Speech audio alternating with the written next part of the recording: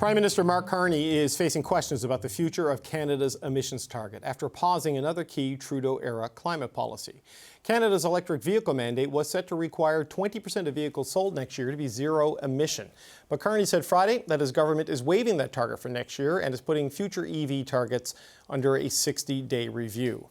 Now, to meet Canada's 2030 emissions target of 40 to 45% below 2005 levels, Canada will need to save as much as 440 megatons of emissions. And according to modeling from the Pembina Institute, the EV mandate could save as much as 20 of those megatons, close to 5% of what Canada needs. So today, when reporters asked the Prime Minister about changing Canada's climate targets, Mark Carney did not confirm whether they're staying put. Our focus in this very rapidly changing global economy is on what we call climate competitiveness. So we see becoming low carbon in any industry as being a key driver of competitiveness. Joining me now is Adam Thorn. He is the Director of Transportation Program at the Pembina Institute. Adam Thorn, it's good to see you. Thank you for being here, sir. Good afternoon, David. Thank you for having me. So you heard what the Prime Minister said there. My colleague David Thurton followed up with the Environment Minister, Julie de Bruzen, and we just got a statement in the last couple of hours, and here's what it says. Canada is committed to reaching net zero emissions by 2050, but it also goes on to say, taking into account the evolving global and economic context, the federal government will provide an update on its emissions reductions plan as we strive towards our 2030 and 2035 targets. What do you take from all of that put together? You know, the automotive industry is facing real challenges today. However, pausing instead of adjusting the availability standard, I think, sends the wrong signal. Adjusting the standard by, for example, reducing the targets or introducing other compliance flexibilities would reduce the burden on that auto industry, making it more competitive, while still sending a strong signal that Canada is committed to the EV transition. I think Canada is in real danger of falling behind as other countries race ahead here. According to the IEA, 20% of vehicles sold in Europe were EVs and almost 50% in China were EVs last year. Policies in these and other countries are making it easier for consumers to access these vehicles, which is exactly what the availability standard was designed to do for Canadian consumers. Right, but how would you even adjust it in a way that it wouldn't be economically difficult for the auto sector? Because I think they were kind of, there's a begrudging compliance plan, I think, with the EV mandate in some cases before the Trump situation happened, right? And it's kind of like they've been T-boned by the tariffs, and I just don't know if they have the liquidity to do this sort of stuff right now. Am I wrong on that? I think adjusting the targets through a consultation process is a very realistic pathway. As of Q4 last year, adoption of the vehicles was almost 20%. We were almost there. I think the pause of the incentive program, a very abrupt pause of the incentive program, was problematic.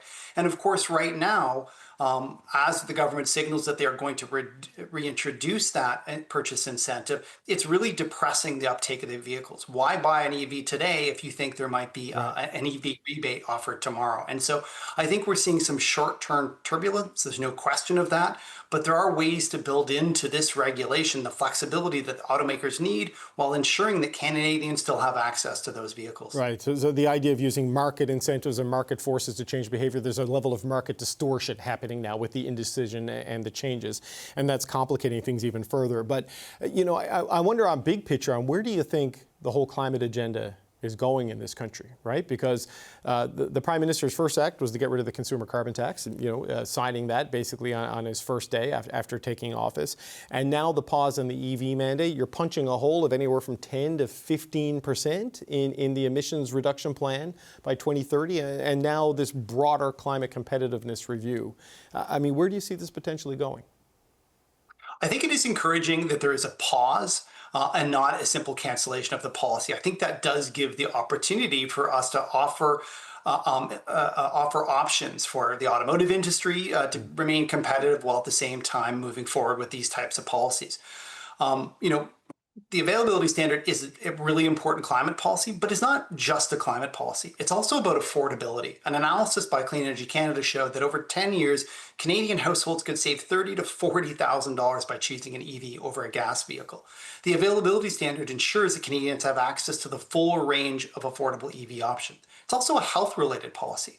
Traffic-related air pollution is a significant health and economic concern, responsible for 1,200 premature deaths a year and costing our already very strained healthcare system over $9 billion a year. And so this is a policy, is not just climate policy, it's a policy I think that is really good for Canadians. Right, but I think the sales peaked at around 15, close to 16%, I think, when the EV mandate was in place and when the incentives were there. But now it's down to about 9.7% is what we're hearing from the Automakers Association. So to hit it by next year, the rate of uptake has to double at a time when the economy is getting worse and when the incentives have gone away. So, I mean, are the automakers responsible for the drop in sales? Is it the market responsible for the drop in sales? I mean, how do you get there if the sales are going in this direction? Well, clearly, I think the sales targets need to be adjusted. I think everybody sort of understands that there is real challenges in the market out there right now. Right. And so adjusting the targets, I think, is a very realistic option and something, again, that should be adjusted according to industry and others think is feasible. But removing the targets altogether, I don't think is the solution. Removing those targets altogether creates that impression that Canada is not committed to this transition. Unfortunately, the pause on the incentive is unfortunate. It is clearly artificially depressing the demand for EVs.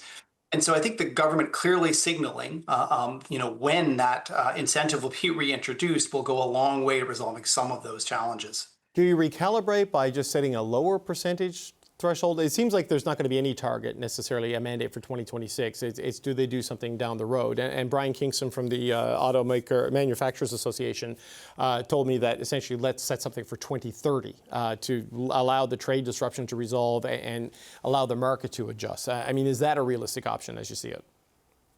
No, I think the early targets of this regulation are really important. It's the earlier targets that really drive investment to bring the costs of EVs down. That's going to be very difficult to make up later. When we fall behind, it just gets really harder to catch up.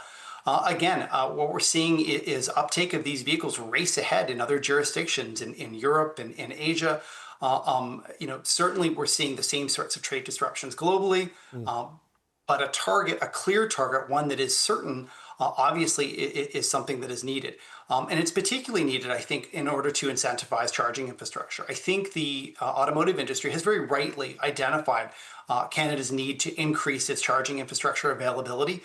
The EV incentives the EV availability standard is a really important policy for creating that kind of investment. It creates a clear signal for those who are thinking about investing in charging infrastructure or those who have to plan for charging infrastructure to know what the uptake of those vehicles will be. And unfortunately, pausing this makes that only more difficult. Okay, just one final point before we let you go. There is a 100% tariff on electric vehicles made in China, done to be in alignment with the United States and offer a bit of market protection, but also national security is the argument, for Canadians because of the threat that China poses in almost all facets of life. You have suggested reevaluating those tariffs. How can you do that with the national security, economic security concerns, and without smothering the Canadian EV industry by letting cheap Chinese EVs come in? Yeah, given the challenges in our trade relations with the U.S., I think it is very reasonable for Canada to reevaluate our position on tariffs on Chinese EVs. That doesn't mean simply removing the tariffs. Canada needs to diversify our trade and investment relationships. And so, for example, granting access to the Canadian market in return for setting up some manufacturing and creating jobs in Canada is certainly worth pursuing. Many of those concerns, including the security concerns, will obviously need to be dealt with as part of those negotiations. But given the unreliability of the U.S., I think all options need to be on the table. Adam Thorn, we appreciate the time. Adam Thorn, Director of the Transportation Program at the Pembina Institute. Thank you, sir. Thank you.